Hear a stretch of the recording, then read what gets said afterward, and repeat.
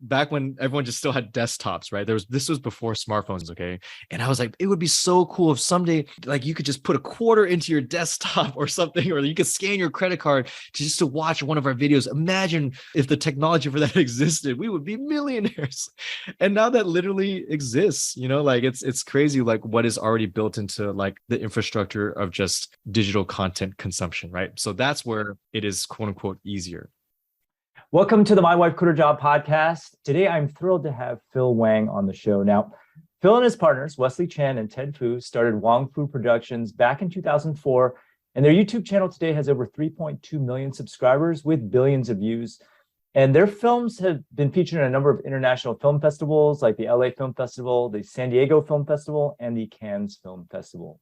Now, my YouTube channel just hit 100K subs last week, and I actually owe a small piece of that to Wong Fu. So welcome to the show, Phil.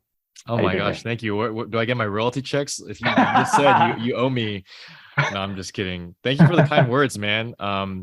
We've been doing this for so long, and I think like, since we're so deep into it, it's kind of crazy to see like the ripple effects of what we were doing kind of just casually, or just what we thought was just for fun in those early days, and just to see like the effects of it 20 years later. It's really incredible, and I feel really grateful that we got to do what we did at a very specific period of time. I don't know if we would be able to survive and if we were to start now. So it was a very, very unique period of time for Asians in media, for social media, for digital content. Like it was such a strange time.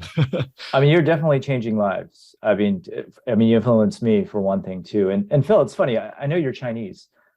How the heck actually did you not end up as an engineer, doctor, or a lawyer? Were your parents on board with this decision that you made long ago? Well, it helped that my sister was a doctor and pre-med. Okay. But yeah, like my parents, they immigrated from Taiwan, after college, and they pursued higher education here, and they went down, obviously, like they went a very more structured route of they're just trying to create a better life, and they were computer programmers, so I was around like engineering and just like the typical Asian American upbringing, from an immigrant experience very early on. And school was, academics was always very important. Like I did Kumon. I did like so many extracurricular activities. My mom was a super mom. She worked full time and still found ways to take me to piano lessons, violin lessons, dance lessons, and still have dinner cooked. So really fortunate. But yeah, when it came time to choose a major for college, I actually went into like UC San Diego undeclared. And I guess, I don't know, maybe my parents, maybe there was a little bit of like the younger son mentality, like them just babying me a little bit, and my sister definitely shouldering a lot of that academic weight. But I went in undeclared. I had no idea what I wanted to do. I thought I should do business, so I went to like econ, because I knew that actually I was not good at math. I already knew that. I knew that I was not good actually, at I didn't know that about you, Phil. Yeah, I'm okay. terrible at math. I didn't even I didn't even like in senior year when all my friends were taking like AP Calc. I took like a stats class because in senior year I was like, dude, I can't do this. Yeah, science I was not very good at, so I was like, okay, maybe I think I'm a good talker. Maybe I can go into business or something. And then when I get to college and I take my first econ class, I find out that there's so much math involved, and I was like, all right, this sucks. So at that point, I got really lucky that I was already making videos just for fun. UC San Diego has just a bunch of like prereqs that you have, prereqs that you have to take. So I was just doing that, and then I was making videos for fun. And one of my friends was in visual arts, and she's like, why don't you just do this? You're making videos already just on your free time, where you can get credit and you can actually make this your major. And so I didn't think there was never like this moment where I'm like, I'm going to be a director, or like, I believe that this is my path, because as an Asian growing up in America, you don't really see that. Yeah. Especially in the 90s, right? Like there was no one that I could say like, oh, it's possible. Like it was only Jackie Chan and Jet Li, Chow and Fat, but those were all imports, right? So in America, I wasn't like, oh my God, there's this director that I can be like, right? So it was very just happenstance that I was like, okay, I'll just make that my major. And what I told my parents at the time was, hey, entertainment is a business. So it's like if I go into this industry, it's like I'm going into business. Like I'll find a desk job somewhere. So even in my biggest dreams, declaring visual arts as my major, I still saw myself as a desk job. Like I think that's Interesting. just like, Okay. the Asian mentality where it's like, yeah, there was really, I didn't have this dream that I felt was possible. Yeah. Sounds like your mom's more supportive than mine. I actually just told her about my milestone last week, and she was like, "What? 100,000 people watch? What are you talking about? Why would 100,000 people want to even listen to you?" So, It's a learning curve for them. It's funny that she's feeling that now, because now she should have enough examples of, like, she's probably watching YouTube herself, right? So she should know what's out there. But when we were first starting, my mom was like, "You got to get off the internet. You're gonna get sued. You're gonna get viruses." Like, she was very upset about it. And my dad, for a very long time, even after like the videos were going and we set up our business, my dad was like, "Hey, law school is always, you should go to law school. All you got to do is read." And I'm like, I'm sure it's more than that, Dad, but he was pushing law school for a very long time on me. Yeah. Yeah. Did you ever have a job, a full-time job, or was like Wong Fu your first thing right out of school? My first job ever was at Target. I pushed carts in high school. And I was a cashier, and I was the guy that collected all the carts at the end of the day or throughout the day. So if anyone's listening out there, if you only have one bag in your cart, just leave the cart in the store. Okay? Don't bring the entire cart out for one bag. I'm actually very conscious of that myself. I always put it back where it's supposed to be. Thank you. Yes. Thank you. Yes. And then in college, I worked at a boba shop for 3 years, also part-time. And we can talk about that, because that obviously we'll get to that. leads into my business now. So to answer your question, no, I actually have not had a full-time job. I've never had to like have a formal interview.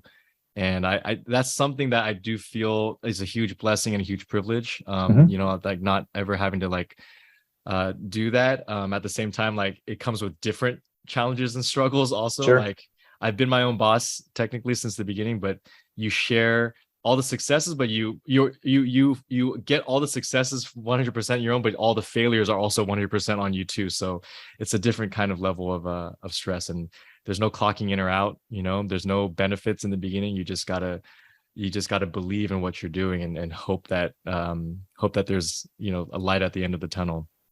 So let's talk about the early days. Like, how did you actually create such a large following on YouTube? And what was it like in the very beginning when money probably wasn't coming in? Yeah, no, for sure. That's a good point. There was no money for many years in the YouTube digital space. And the reason why I'd say digital space is because YouTube technically wasn't even around when we first started. That's how old. You guys predate YouTube. Okay, I didn't know that. YouTube was 2005, and our first like video came out in like 2003. Like I was a freshman in college. Oh, and this was you're of the right age. You remember like E-Bombs World. Yeah, of course. Break.com. Yeah. Like this was the era that like the videos that we were making were like kind of coming out.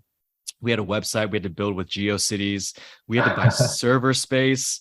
So like when you ask like how do we find success in the audience in the beginning, like it wasn't that conscious. Like I think you have to remind yourself at that time, even saying that you had an online video was like a weird 2 words to put together. Right. There was no expectation of building a brand online. There was no formula.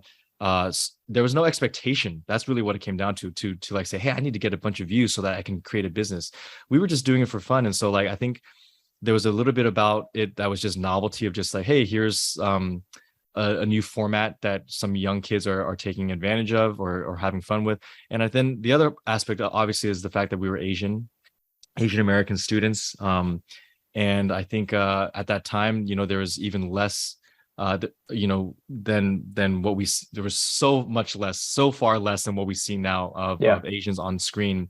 And back then it was just only TV or movies. It's not like you even had social media to see influencers or YouTubers. So I think seeing even us on a small 240p, Windows media player file was already representation for like a lot of students.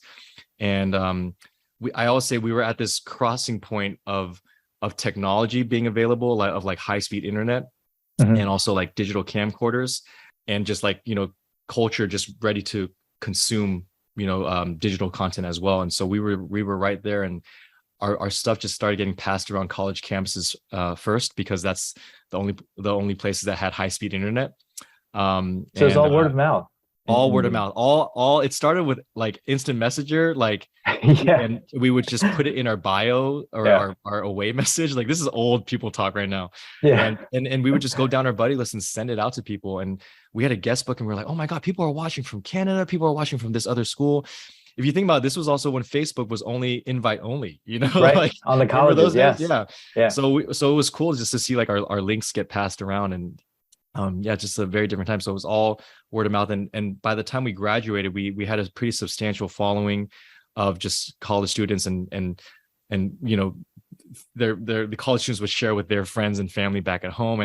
And when we graduated, we're like, man, I think we should probably try to take this seriously. Like this is lightning in a bottle. We shouldn't take this for granted. Let's see how far we can take this. And again, this was still before YouTube had their first ads, program. Yeah. I remember in 2009, that's when they had the beta version of their AdSense. AdSense, Google didn't have ads for a very long time. It's insane to think about that, right? But and people were actually really upset when YouTubers like started putting ads on their videos. Like they thought that they were selling out. People would say, "Oh, I'm clicking away if I see an ad." Now it's funny, like fans get mad at YouTube for not giving them ads because they want them to support, the Oh yeah, that's true. their content creators. So the culture really shifted in an incredible way to like actually make this an industry. Like it really matured over like definitely in the 2010s. How did you survive? What is it, like 5 years of not making money until? Yeah. Yeah. So it's funny. Yeah, I mean, you have a your e-commerce guru here, right? So when we were first starting out, so we graduated in 2006, and yes, no money was coming in through our videos. So on a more like just trying to be stable way, we did like little commercials for like local TV stations, like a few $100 here and there. We did wedding videography for a couple years. And this is like not like nowadays, if I say wedding videography, people are like, whoa, dude, that's like thousands of dollars. No, this was like early days. Like when we were college students, we did one wedding video for like $500. Okay. So oh wow, okay, that's really inexpensive. That would be unheard of in 2022. And we did like club videography. So if you ever went to like a nightclub and saw people with video cameras, like that was us for like for like a couple years. But the big turning point was actually when we realized that we were getting emails and people were leaving comments on like our guest book and videos that were saying, hey, what's this t-shirt that you guys are wearing in one of your videos? We had this one t-shirt that it's a pretty problematic t-shirt now if it came out now, but it basically in Mandarin said like white people can't read this. It said like Bayern Kanbudong. Right. And it was just a funny t-shirt like back in the 2000s, and everyone was like, where'd you get that? And it was just gifted to us by another fan, and I just wore it in a video, and I'm like, oh my gosh, what if we designed our own shirts and we sold them? Because we have all this viewership, let's at least parlay this audience into some type of goods or product, right? And so we launched a merchandise line, and I would say that we were probably one of like the first like YouTube channels to create merch and create a business around our merch. Was this print on demand, or were you actually physically? No, we actually had inventory, so it was very scary. Yeah, we would print like hundreds, and we would, and slowly in that business really matured as we learned more and more, like of just like different quality, different price points, fulfillment issues, and it became like that was actually like a very big part of our revenue stream for a very long time.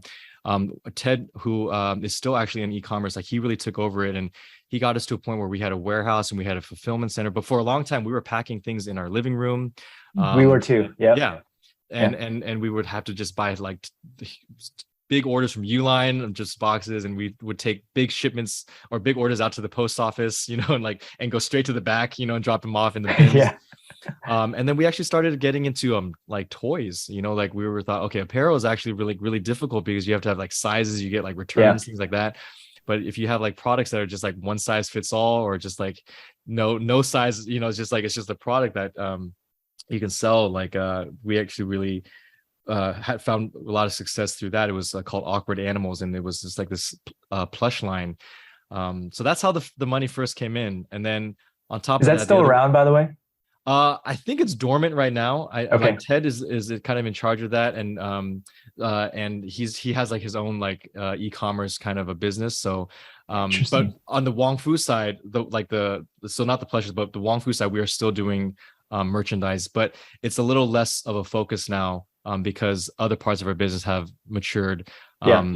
But we also did like speaking engagements. Like for the first year after we graduated, we made this feature film, and the only way to watch it was if people booked us to go to their schools. So we toured like 20 plus universities in the first 6 months after graduating, and that was actually what really opened my eyes to see like, hey, this is something really special. We have people that are driving in, 6 hours to watch our movie, in the middle of Virginia or Pennsylvania. Wow. That's awesome. It's one thing to see like a web statistic of like, hey, thousands of people are watching, and there's another to actually go out into Calgary, Alberta, the middle of Canada, in the snow, and see a line in the snow of people that just want to watch, that they were craving and starving for like Asian faces in media. Like that's how much they were willing to watch. And that's when I was like, okay, just fresh out of college, I'm like, we gotta keep this going whatever way we can. When you were touring the colleges, were you charging people to watch, or were you just? Yeah, we had. I mean, yeah. So we nowadays we still do speaking engagements, and we have like upfront speaking fees and honorariums. It's been like that for over a decade. But in the early days, like a lot of these colleges, and we were like, who were we? We were just like other college. We were just fresh out of college. We were basically their age.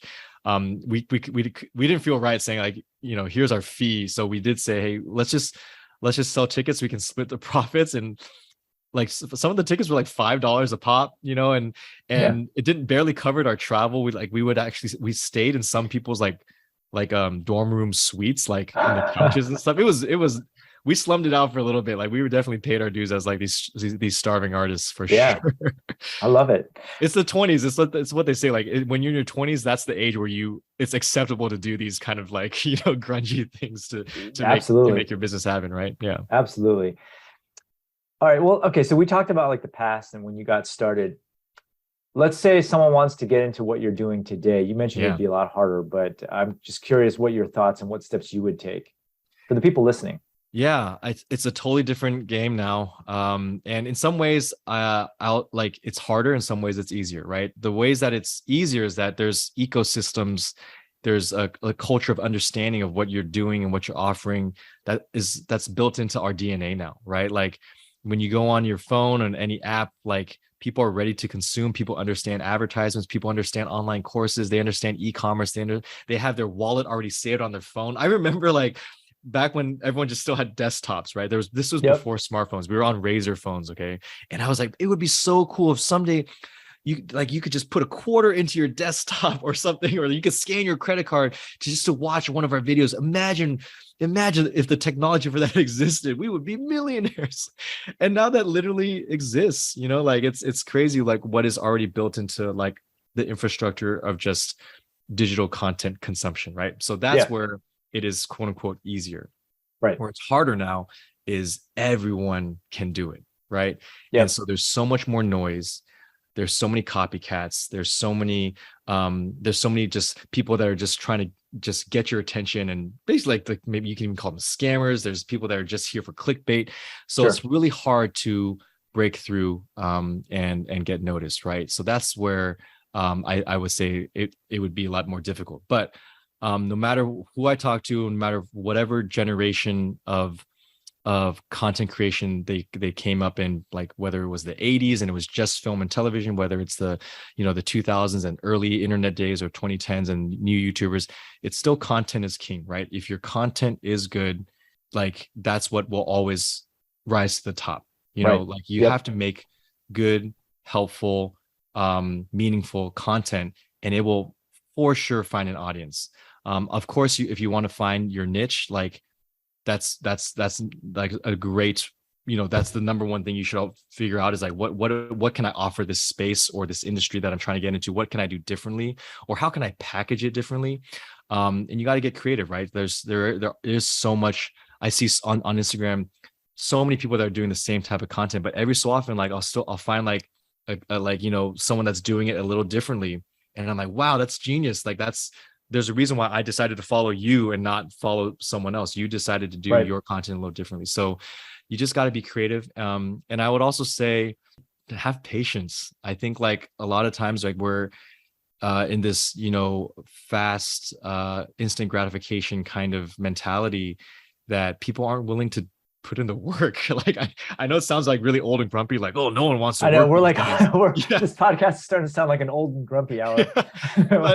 but it's true. Like it takes time to, and not to necessarily say that you can't adjust and pivot, quickly, but just know that what you're doing, and if you want to find success, like it's gonna take time, right? And so adapt quickly, but also understand that it's a marathon, right? And that whatever your business you're building, it's going to take some time to really catch on, or you have to like re-strategize, try things different ways. This is speaking super broadly. I would obviously like, well, I always tell yeah. people don't do something unless you plan on doing it for at least 3 to 5 years. That's generally my advice. And I don't know if you would agree or disagree with me with this, but because you brought up passion a little bit earlier, but like I would also say like don't do something unless you're willing and ready to do it for free for a little bit too. Like and what I mean by that is like not to say like don't like just give away your work and service. I'm saying like you might be at a loss for a little bit, right? Or there's going to be some initial investment or sunk costs or things like that. And so you should be ready to at least like put in your own investment of sweat or your own capital to like say, hey, I'm putting in this time so that I'm building something bigger in the future is all I'm saying. And I think, 100% agree. Yeah. Free is actually the way I make money. Like you give so much away for free Yeah. that people just want to support you, right? It's probably the same Right. way that you guys did it. Actually, Right. Speaking of money, Phil, I've just noticed over the years since I've been following you for a long time that the number of views for your short films has just been decreasing over time. Like, how do you guys make money? It can't be AdSense. Yeah, that's a great question. I'm smiling right now as you're being very critical and Asian dad of me right now. Like, hey, kiddo, your views are actually nothing to do with the quality, man. The quality is better than ever. No, so I mean, even at the height of when our videos were like, getting hundreds of thousands, millions of views, it was still not our main source of revenue. And this is why actually, like, I actually think I'm not a great person to talk to in terms of YouTuber success. Sure. People like, I mean, yes, like they categorize me as a quote unquote YouTuber, but I think I'm actually a terrible YouTuber because our Wong Fu's model, if you've been following, has never really taken strategy out of what YouTube, the algorithm, whatever YouTube has said, which is like, daily, weekly, scheduled content, make it quick, make it short, now make it long, make it, whatever.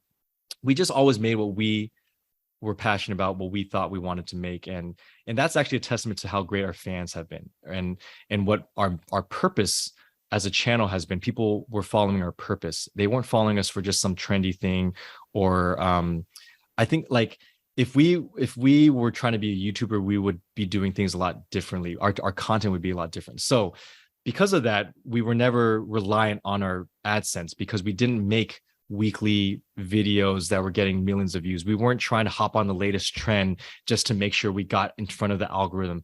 That was nothing we were doing. We were always using our audience and using our viewership to get other business revenue streams, whether it's the merch, whether it's the speaking engagements, whether it's commercial brand deals. That's what was more important to us, to have quality, not quantity. I think that's like a super old adage, right? Like, but that's really what was driving Wong Fu and still is. Like, so now just to answer, it's great to address this because I actually don't really talk about this, but yeah, our views are not anything close to what we were in like, the earlier days or just like a few years ago.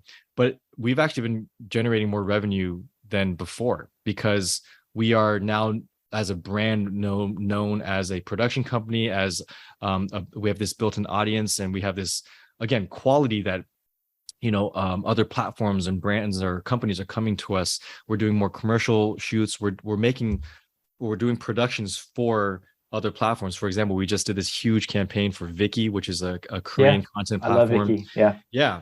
We just and they want us to like make an entire like series for them. We're doing a web show for Netflix's YouTube channel, which is called Spill the Boba Tea, where I interview Asian American or Asian guests at my boba shop, and that's its own budget too. So yeah, we've basically diversified. And also one thing that's important to say too is that the early days of YouTube, everyone had more views. And the reason why is because if you think about it, that was the only place to watch video content. Right. It's kind of like a freeway. All the cars are on one freeway, right? So if you have a billboard, everyone's going to see that billboard, right? But now as the industry, as digital content has sprawled out, and we're not in just this one little urban area, it's sprawled out now. There's more freeways, there's more avenues. So your billboard on that one freeway is not going to have as much traffic. Now you have to actually have billboards, and you have to have content on all these other platforms, all these other freeways, right? And so our viewership across other social media channels is just as strong as it ever was before too. So just on YouTube, it's just been diluted. That's kind of what's happened. Interesting. Well, I noticed your other channel, More Wong Fu, that's more like the YouTube style, right? A little bit, yeah. And even that, like we like we're kind of like, we're kind of over this, or maybe we'll find another purpose. Like there was a period of time where second channels was a very YouTube strategy thing, and it's like a little less necessary these days. That's all. Like, so that's us just trying to like kind of keep our eyes and ears open to just what like the culture and trends are. Yeah. I kind of like that channel too, because it's like more of a behind the scenes about how you guys are like as people, right? Yeah. I think like that was another thing too. I think, when we were first starting out, like there were a lot of when you think of YouTube channels, you think of like actually like a personality, right? Even you yourself, right? And so we actually started off like not wanting to be in front of the camera. Like we wanted our content, like and that's actually, I think, one reason why Wong Fu's longevity has been what it is like this long, is because it wasn't so reliant on a single person continuing to make the same type of content, because that can get old and that can get tiresome or boring, and people lose interest. But because we have short films that have other actors or other a variety of content or messages, people know Wong Fu maybe for something that I'm not even in, and I love that. We essentially created like a brand and an identity that's not necessarily associated with me. Of course, the big fans will know me and Wes and the team if they want to go deeper, but it's the stories that I think can last forever. Yeah, I mean, I just love all the stories, and you're right. I've actually come to follow a lot of the people you've had on these in your movies over the years. Like Kina Grannis, for example. Like I listen to her music now. Yep. I am curious, what are the economics? Like, let's just take Single by 30, which you guys did a while ago. Yeah. Like, what are the economics? Like, it was a real production. Right. You had actors and whatnot, and I vaguely remember you charged, like, if you want to binge watch them, but otherwise you get them for free. So how did that make money? So with Sing by 30, that one was specifically for YouTube Red, which is now YouTube Premium. But they were trying to basically, in 2016, everyone was trying to, make their Netflix play. This was like still when Amazon and Apple TV hadn't even really started releasing anything. So everyone was just trying to make their own premium content. So YouTube actually paid us a fee to make this series. And then they had a paywall for their own platform of YouTube Red, or their own membership of YouTube Red. But we did take a page out of that, and our own independent projects, like for Yappy, for Dating After College, and even for some short films, we started experimenting with actually just charging quote unquote like ticket pricing, kind of like what I joked about like in the beginning of like, when we had desktop and me imagining this technology. I wish people could just pay to watch. And now that exists, we used Gumroad, we used Indiegogo, we used Vimeo Pro, and actually had people. I think we got to a point in the maturity of our audience and our content where we're like, hey, I think there's a sector of, or a higher tier of our fans that are in a position where they have expendable income, they want to see us, shine and keep going. They're willing to pay $10. They're willing to treat us like as if it was like a movie ticket. And so we did put some things behind paywalls so that people could watch for free. And if they were of this tier of fans, then we could basically utilize them and service them. And then for the rest of the fans, and to also keep our brand and keep our engagement up, we released it for free, maybe after a period or a certain window. So it's really nothing different from just like, even just like old traditional media, where you have a theatrical release, then you have the home video release, then you have it for free licensed on TBS on Saturday. Right? So it's just, we were just taking similar strategies, but just applying them to our YouTube channel. So maybe Single by 30 is not a good example, but like when you put out like a short film, I think you just released one relatively recently. It's just like a singular, one video. I mean, does that make money, or is that just to basically build viewership? It's a little bit of both. Like part of it is to recoup, and that's at the very least, if like you're not losing money on your content, that's already positive. But luckily, most of our stuff, we would actually make a profit on. It's not enough to like have us go, like be like a movie studio or whatever, but it's enough for us to feel like, hey, that wasn't a loss, and we can reinvest into the company. But like I said, most of our income and revenue right now is still from, commercial gigs and branded deals and collaborating with other studios and other platforms and utilizing, our talent and skill set. And that's actually what I think that I'd rather make money that way than like, just be like aching for views and ads, Sure. like. No, absolutely. Absolutely. Yeah. So is all of the deal flow inbound? Like, are they just all coming to you for the most part? I would say it's the majority still coming to us. But nice. I will like have to say like, yeah, there's still a lot of effort in terms of just me putting myself out there, networking with people, letting people know that Wong Fu is available to do things. Wong Fu is interested in collaborating with certain people. So you have to put yourself out there. Because I remember there was actually a conversation that I had with one producer one time where I was like, hey, I'm totally down. Like, oh, how come you guys didn't call us for that? We would have been totally down. They're like, whoa, I thought Wong Fu was just happy doing their own thing. Like, now that I know that you guys are willing to collaborate, I'll definitely give you guys a call. So a little bit of it is, yeah, like, just almost like an agency. Like Wong Fu has so many different facets and identities that have to kind of work together in order for us to make videos. It's pretty interesting that a lot of people, don't kind of see that back, behind the scenes. And you're acting yourself, right? Are you dabbling or? I do in Wong Fu stuff. I'll do it as necessary. Like, if they need me to be in something or they need me to be the face of something. Outside in other people's projects, I have like done auditions and stuff. I'm actually really terrible at auditioning. So, is that right?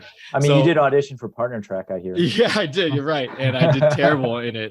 So yeah, like now, if people ask me to go cameo in something, I'll do it. And if people ask me to audition, I'll do it too. But yeah, like acting is definitely not a primary. I don't have the thick enough skin to go do it. Yeah. Well, let's switch gears now. I mean, you just had your first child, and then you decided to launch 2 brick and mortar boba shops. Yeah. Which is a lot of work. Yeah. Let's talk about that. Well, we didn't launch 2 at the same time. We launched 1, and then 3 years in, we were able to finally open our second one, and we're in the works for a third one right now. But yeah, I opened a cafe called Bopa Cafe, and for those that don't know, B, P, M, F are the phonetic alphabets of like Mandarin Chinese. And it's just like, when you went to Chinese school, you learned the Bopa Mofos, just like you learned the ABCs.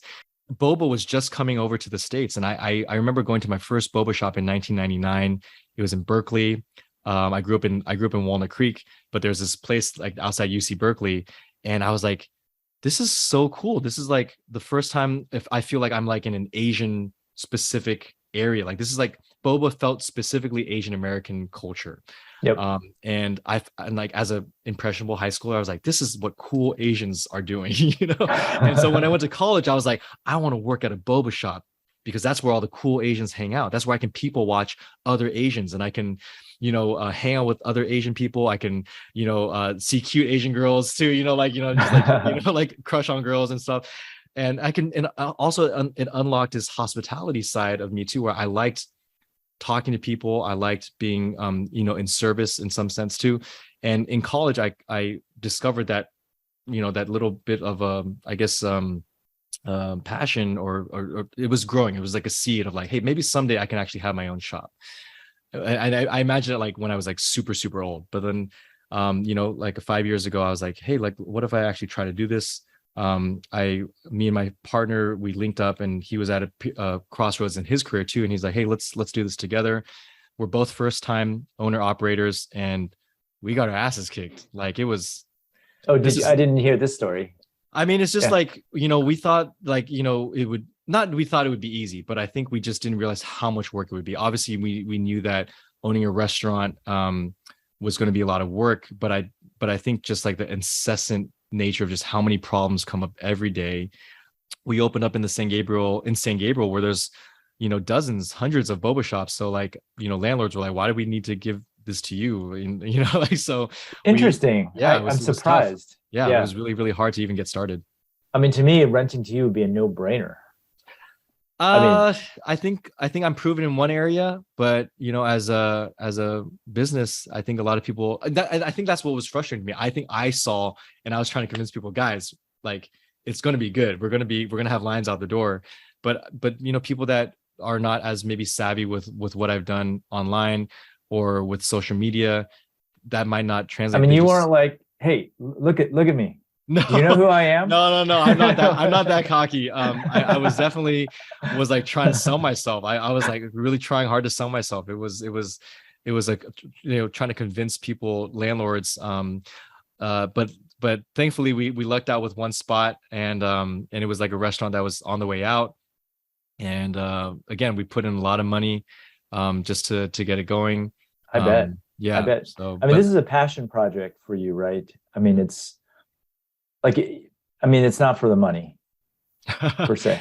I think the funniest thing that I heard when I announced, on social media that I was doing this, all the comments that were like, "Oh my God, what a money grab for Phil." Really? Dude, I mean, there were several comments that were like, "Oh my God, of course Phil's going to do this. This is such easy money, blah, blah, blah." And I'm like, no, this is not easy money. This is the hardest thing I've ever done. This is harder than Wong Fu. With I Wong believe it. Fu, like you make something and it's like you like there's a wrap date, you dust your hand, you're like, hey, that was great. On to the next project. With Bopo, it's every day, and in theory, for the rest of my life. Like it's Right. it's scary to think about it. I remember the first day of our grand opening of the first location, I sat up in bed and I'm like, this like life's never going to be the same again. Like, because now this business is alive, I will never have a weekend again. Man, it's really, really hard. Really, I, really think about I if you find that want to do it. hilarious that Yeah. people are thinking this is a land grab. It's not, I mean, of all the things you could start, this is like the hardest money. Right, I would right. say, yeah. It's not like I got an NFT project, guys. Come on. Yeah, right. I'm not trying to sell you guys crypto. Sheesh. Actually, when you were describing Bopo, I was just thinking about like this is what having a kid is like. You're never gonna have a Mhm. weekend free again. Yep. And But guess what? I would say it's even harder because you can't give your store to a babysitter and just be like, all right, I'm leaving for a little bit. And also Yelp can't review your baby. So yes. people that are just passing by that don't know you, don't care about you, can leave a review if they had a bad experience, or even if they didn't have a bad experience, but they're just having a bad day, and really negatively affect your business by leaving a bad review. Your baby doesn't get that. So I in the early days, I was really, really upset with Yelp just because it's like people had no idea how much work was going to, and like people just like coming by so passively, just leaving like negativity. It's like, was that necessary? Do you guys know how this actually like really hurts people? Like we're not doing this maliciously. Anyways, I don't want to get Don't even get me started on Yelp. yeah, Like yeah. yeah.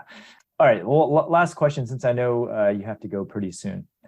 You have all these projects. You have 2 locations. You have Wong Fu. You have a child. You recently got married. Like, how do you balance all of that? I'll be honest, I don't think I balance it well. I don't Interesting. think I'm Okay. as I don't think I'm as graceful as I think I could or should be. And I'm trying to get better. I'm trying to set up systems and schedules and stuff. But right now, on some days, like within like a 30-minute span, I feel like a headless chicken. I'm jumping from one email to a text chain to a phone call to a Zoom To a meeting podcast to interview. a podcast interview. Literally, I'm jumping onto another call for Wong Fu after this. So the thing is this, I have to give full credit to the people that are making it possible, which is my teams, right? So Wong Fu, I definitely handed off a lot of responsibilities to a couple guys that I promoted into manager positions, Taylor and Benson, who now have a lot of responsibility of running that show. My co-founder Eric for Bopo is incredible, and he does so much of the operator duties to make the business run there, and our manager Gene, on the ground there when I'm not able to be there. He's there all the time. So those guys are amazing. With the kid coming, yeah, that just threw in a whole mess of, literal messes. Yeah. Yeah. And time. And I have to, I'm not going to act like a super dad. Like, we have had help from her mom and my mom, who her mom's in Boston, my mom's in NorCal, but they fly in and they stay with us for a couple weeks at a time. And they've just been kind of ping ponging back and forth. And that's been a huge help. We literally have been having, a stay in, someone staying with us for the majority of this time. And it would not have been possible because Helen's also full-time, owns her own business. And she's trying to balance that too, right? So both parents working, trying to keep these businesses alive. So I have to, give credit, to the village around me. Yeah. Yeah. Oh, also, I don't take a moment to thank Helen also. Helen's been great. Our moms have been great. Also, I don't watch a lot of TV. I don't have a lot of hobbies right now. Like once the kid's down at night, that's when I put another like 6-7 hours of work, Wow. Okay. That's when I'm working on. Like, actually, I feel like at 9 o'clock, I'm like, oh my God, it's early. Like I get to like catch up on emails. I get to write scripts. I get to brainstorm. That's actually when I do like my more of like the creative stuff. Like I'm like developing like, 5 different scripts right now. So I have to like, basically like those things would be moving a lot faster if I had, we're spending more time, but it's moving slow because I'm balancing everything else. So which is why I said I'm probably not as graceful as I could be, but I'm just trying to, amazing, do as much as I can. I'm only creative for about 3 hours in the morning. I can't do anything at night. I'm a vegetable. So I want to get to that point. We'll see. Well, right now I feel like there's too many things that people are relying on me for. So I just kind of feel like I have to deliver. Yeah. Cool. If you want to see more amazing interviews with successful entrepreneurs, then check out this next interview right here. I think you'll enjoy it and you'll definitely be inspired.